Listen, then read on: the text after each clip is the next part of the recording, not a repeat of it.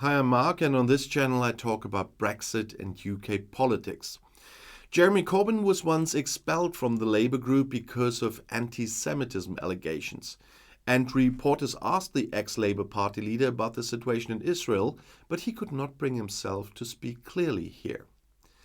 That means that former British Labour Party leader Jeremy Corbyn has apparently refused to take a stand against Hamas' inhumane attack on Israel.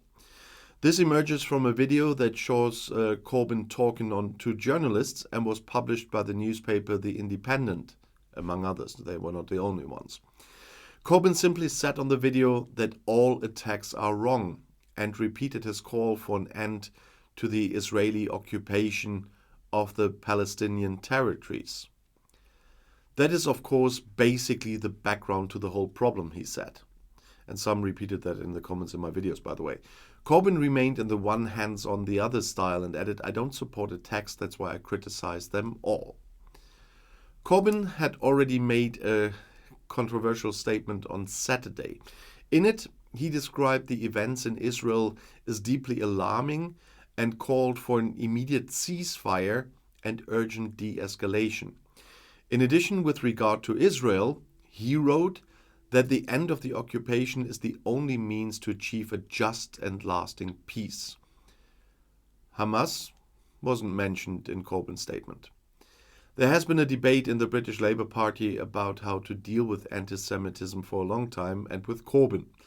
Corbyn was accused of not taking decisive enough action against such trends in the party during his time as party leader from 2015 to 2020. Several Jewish Labour MPs resigned from the party in protest.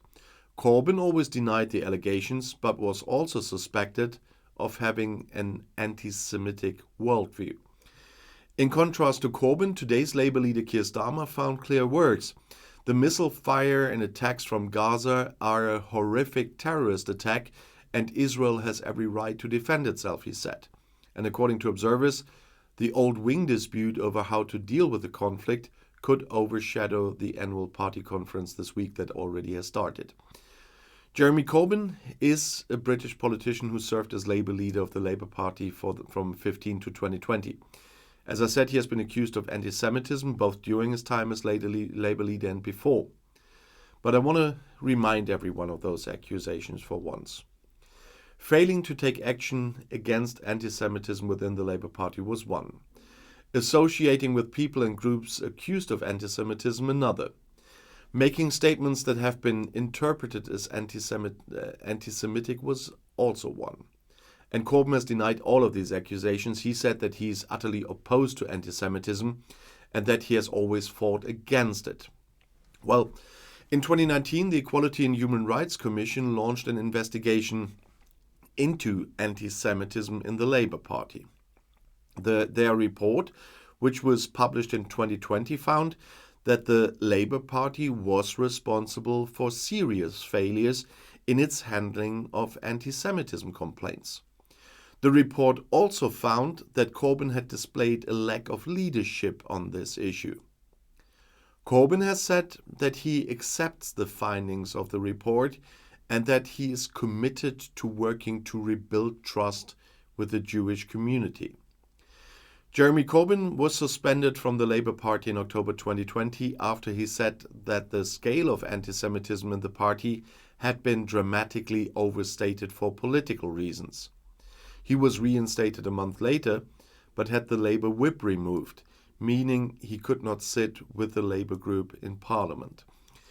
In November 2020, the Labour Party adopted the International Holocaust Remembrance Alliance's definition of anti-Semitism, including its examples. This was seen as a rebuke to Corbyn, who had previously resisted calls to do so. In January 2021, Corbyn lost a vote of no confidence in his leadership of the Labour Party. He resigned as leader shortly afterwards. The consequences for Jeremy Corbyn in the next general election are still difficult to predict, but we expect some. He is no longer leader of the Labour Party and he is not even a member of the party group anymore. However, he remains a popular figure among many Labour supporters and he is still a member of Parliament. It is possible that Corbyn could stand for re-election as an independent candidate.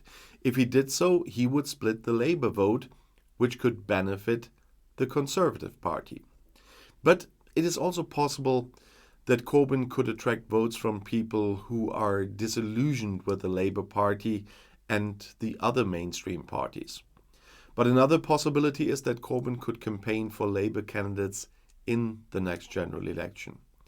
This, of course, could help to boost Labour's vote there, but it could also alienate some voters who are concerned about Corbyn's record on anti-Semitism.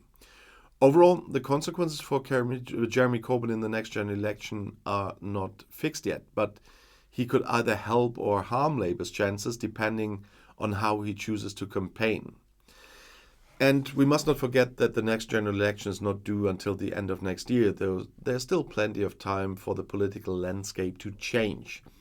And it is possible that Corbyn's role and influence will even have diminished by the time of the next election, or that new factors will have emerged that will affect his standing with the public, like the standing right now on the Hamas thing. And if you want to know more about Brexit or UK politics, the next video is right here in the end screen. I'll see you there. I'll be back.